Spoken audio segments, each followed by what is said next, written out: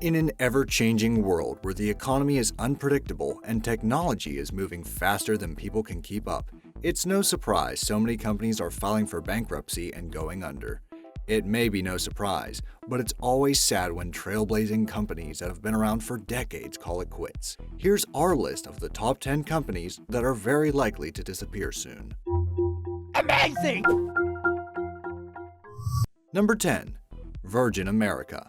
Virgin America was acquired by Alaska Airlines in 2017, and there was a big question mark for a while as to what Alaska Airlines would do with the Virgin brand. Alaska has announced that the acquired Virgin America flights will all fly under the Alaska Airlines logo by 2019. Alaska Airlines has said that while they understand the Virgin American brand is loved by many, they need to make the change to ensure consistency of their airline. Alaska Airlines has made some big promises to the loyal customers of Virgin America, saying they will keep the flair associated with the brand, as well as some of the perks, such as free entertainment, music, and lighting. The acquisition was a leap for Alaska Airlines in the hopes of getting their foot in the California market. The Virgin America jets are all set to be painted with their new name in 2018. Number 9. American Apparel. At just 19 years old, the American Apparel brand has become synonymous with hipster style and American-made products. The company is no stranger to a scandal and has had its shares of controversy through the years. They've been hit with complaints pertaining to sexual harassment, poor labor practices, immigration issues, and racism. Many attribute the downfall of American Apparel not to these issues, however, but to focusing too heavily on hipster culture. Now that tastes have changed and youth culture has moved on, the company is left with very few repeat customers. Another reason this chain is struggling is due to online retailers taking over the entire shopping experience. American Apparel has mainly relied on visitors to their physical stores for revenue. They never planned accordingly for the switch to internet sales. These components are what led to the sale of the brand for $88 million. American Apparel was purchased by a Canadian apparel company called Gildan, who will shift its focus on wholesale. In addition to the $88 million to purchase American Apparel, Gildan will also be shelling out another $15 million to purchase American Apparel's inventory and orders. This additional purchase makes many think they will continue to distribute the same products. Whether Gildan will keep the brand intact is yet to be determined. Number 8. Toys R Us. It's hard to believe that a company as widely beloved as Toys R Us would be in this video, but here it is. In its heyday, Toys R Us was known as a category killer, a specialty store that squashes competition from both large to small stores. However, since the popularity of larger discount chains such as Target and Walmart, Toys R Us has had trouble keeping up since roughly 1998. To try and breathe new life into the company, a new president and CEO was hired, who expensively restructured and remodeled existing stores, which seemed to please customers. The price tag on these renovations, however, left the company in a considerable amount of debt.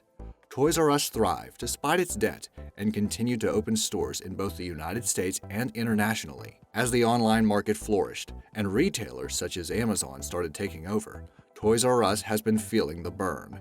Falling deeper into debt, the company was forced to file for bankruptcy in 2017 once their debt hit $5 billion. After the news of the filing broke, the company released a statement telling customers they have no intention of closing its doors and will be around for generations to come. Let's hope that's true. Number 7. Twitter.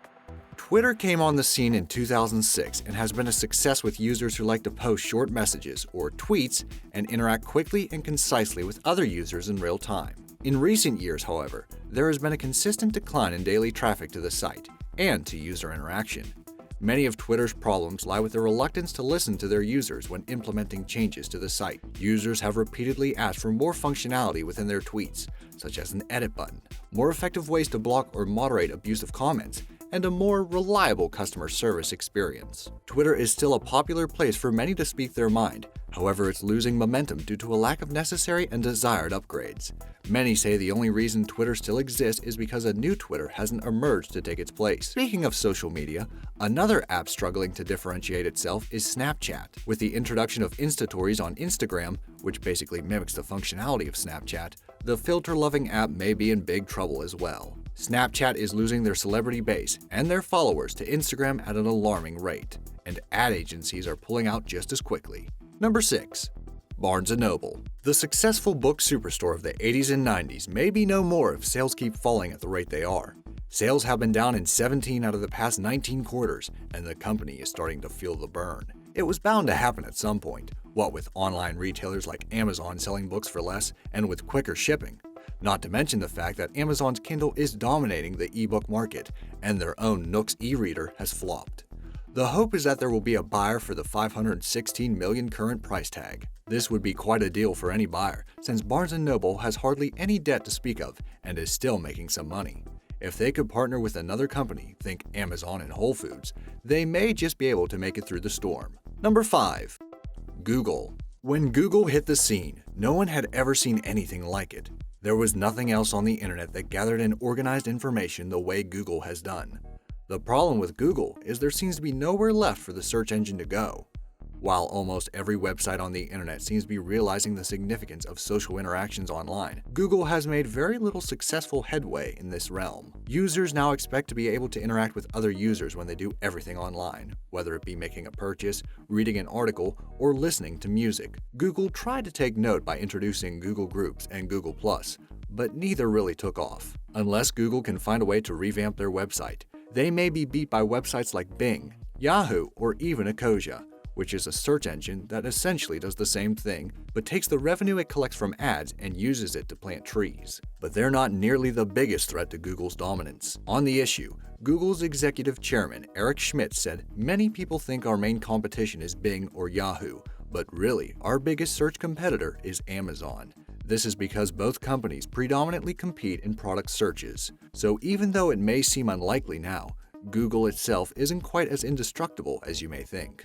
Number 4. Time Warner Cable. Internet-based streaming for movies and television has left many cable companies with very few options. One of those companies is Time Warner Cable.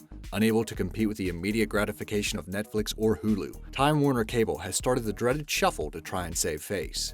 With years of being notoriously known for terrible customer service and tech support, Time Warner Cable had the highest amount of customer complaints in 2015, according to consumer polls. All wasn't lost for the company though. Despite their poor customer reviews, Time Warner kept subscribing new customers to their cable TV service.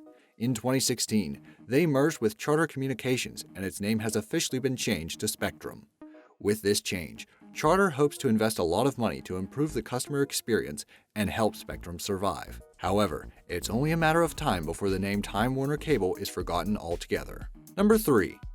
Kmart. In the last decade, Kmart has closed 1/3 of its locations. The once booming chain, which reached peak profitability in 1992, has slowly but surely been in a downward spiral ever since. While competitive retailers like Target and Walmart invested in new technology necessary to manage their supply chains and update their outdated systems, Kmart was resistant, and many experts cite this as the beginning of the end for the brand. By not putting money into improving their brand image and store functionality, it seems Kmart has been spinning its wheels trying to find the right balance of brand consistency and better sales. In 2002, things came to a head when the company filed for Chapter 11 bankruptcy due to their lack of sales and climbing debt. A scandal ensued when the chairman, Charles Conaway, and president Mark Schwartz were both accused of lying to shareholders about profits, while pocketing millions of the company's money to purchase things like airplanes. After the scandal was over and Conaway and Schwartz stepped down, Kmart was forced to close roughly 300 stores. Hoping to rise from the ashes,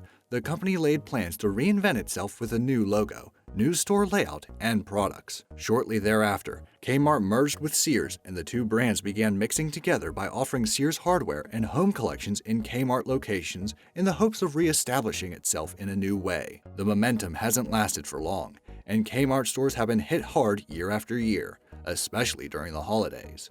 The company still struggles to stay afloat and has consistently had to close stores by the hundreds each year. Number 2.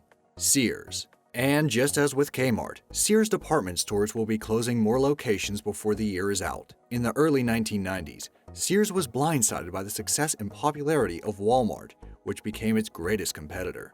Sears consistently released statements denying that Walmart was any real threat to the brand. It was this denial that would be the first nail in the company's coffin, as Walmart began beating Sears in sales month after month. Sears has never recovered from that blow, and has since had to contend with retailers like Target and Amazon as well. Business analysts have noted that if Sears had taken the threat of Walmart seriously in the early 90s, they would have been able to come out on top. In recent years, Sears has been trying to stay afloat by cutting $1 billion in costs by selling stores, letting employees go, and selling their brands. Even these actions can't get this company back on track. As of November 2017, there are only 680 Sears stores left in the United States, and that number is quickly diminishing. Before I reveal the most outrageous example in this list, I'd like to remind you to subscribe to Be Amazed. We upload amazing fact-filled videos every day, so don't miss out on learning some amazing new information. Also, hit that bell icon for notifications on more amazing fact-filled videos. Number 1. YouTube. Being able to view and access information freely on the internet seems like a simple expectation. When it comes to the issue of net neutrality, it's not as simple as you may think. Basically, net neutrality is our right to say, watch, write, and communicate freely on the internet. An end to net neutrality would mean an end of free speech online. Without it, cable and phone companies would have the ability to block or censor what we look at on the web. An end to net neutrality would allow internet service providers to treat internet data how they like, and hence, they could slow down or entirely block your favorite websites. Websites like YouTube could disappear in an instant, and that reality is very possible. The Federal Communications Commission, or FCC, will be voting on a proposal to move forward with the plan to get rid of net neutrality on December 14th. If this proposal gets voted in, there are so many repercussions. Just a few include censorships of websites like YouTube, which you may not be able to access with certain providers, slow internet speeds, and extra fees. To make sure your voice is heard and to protect your rights, reach out to your local politicians and let them know you say no to this plan.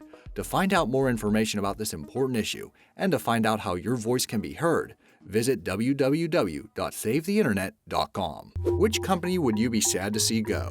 What are your thoughts on the net neutrality issue and how will you take a stand? Let me know in the comments below. Thanks for watching.